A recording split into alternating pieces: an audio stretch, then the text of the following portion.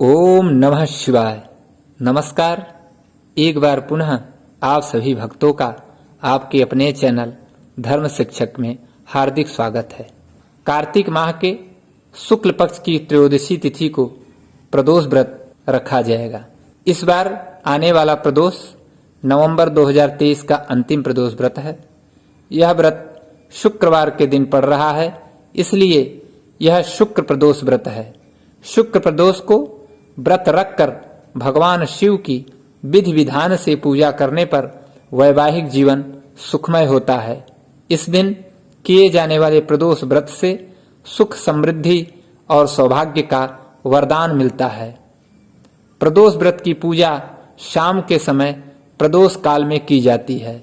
यह प्रदोष काल सूर्यास्त से 45 मिनट पहले का समय होता है, जो प्रदोष काल कहलाता है।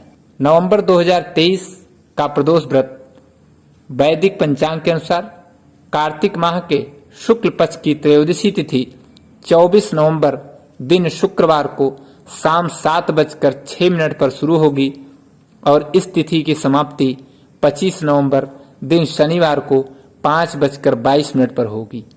25 नवंबर को प्रदोष काल में पूजा का मुहूर्त नहीं है। इस वजह से नवंबर का अंतिम प्रदोष व्रत 24 नवंबर को रखा जाना श्रेष्ठ है। प्रदोष व्रत का पूजा मुहूर्त 24 नवंबर को प्रदोष व्रत की पूजा का शुभ मुहूर्त शाम 7:06 से शुरू हो रहा है और यह 8:06 तक है। प्रदोष व्रत पर शिव पूजा के लिए आपको 1 घंटे का शुभ समय प्राप्त हो रहा है।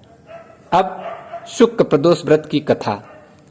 एक नगर में 3 मित्र रहते थे, राजकुमार, ब्राह्मण कुमार और तीसरा धनिक पुत्र। राजकुमार और ब्राह्मण कुमार विवाहित थे। धनिक पुत्र का विवाह हो गया था, लेकिन गौना शेष था। एक दिन तीनों मित्र स्त्रियों की चर्चा कर रहे थे। ब्राह्मण कुमार ने स्त्रियों की प्रशंसा करते हुए कहा, नारीहीन घर भूतों का डेरा होता है। धनिक पुत्र ने यह सुना तो तुरंत ही उसने अपनी पत्नी को लाने का निश्चय कर लिया। तब धनिक पुत्र के माता पिता ने समझाया कि अभी शुक्र देवता डूबे हुए हैं, ऐसे में बहू बेटियों को उनके घर से विदा करवा लाना शुभ नहीं माना जाता। लेकिन धनिक पुत्र ने एक नहीं सुनी और ससुराल पहुंच गया। ससुराल में भी उसे मनाने की कोशिश की गई, लेकिन वो जिद पर अड़ा रहा और कन्या के माता पिता को उनकी विदाई करनी पड़ी। विदाई के बाद पति पत्नी शहर से निकले ही थे कि बैलगाड़ी का पहिया निकल गया और बैल की टांग टूट गई। दोनों को चोट लगी, लेकिन फिर भी वो चलते रहे। कुछ दूर जाने पर उनका पाला डाकुओं से पड़ा, जो उनका धन लूट कर ले गए। दोनों घर पहुंचे। वहां धनिक पुत्र को सांप ने डस लिया। उसके पिता ने वैद्य को बुलाया तो वैद्य ने बताया कि वो 3 दिन में मर जाएगा। जब ब्राह्मण कुमार को यह खबर मिली तो वो धनिक पुत्र के घर पहुंचा और उसके माता पिता को शुक्र प्रदोष व्रत करने की सलाह दी और कहा कि इसे पत्नी सहित वापस ससुराल भेज दें। धनिक ने ब्राह्मण कुमार की बात मानी और ससुराल पहुंच गया, जहां उसकी हालत ठीक होती गई। यानी शुक्र प्रदोष के महात्म से सभी घोर कष्ट दूर हो गए। इस दिन कथा सुने अथवा सुनाए तथा कथा समाप्ति के बाद हवन सामग्री मिलाकर 11 या 21 अथवा 108 बार ओम ह्रीम क्लीम नमः शिवाय स्वाहा मंत्र से आहुति दें।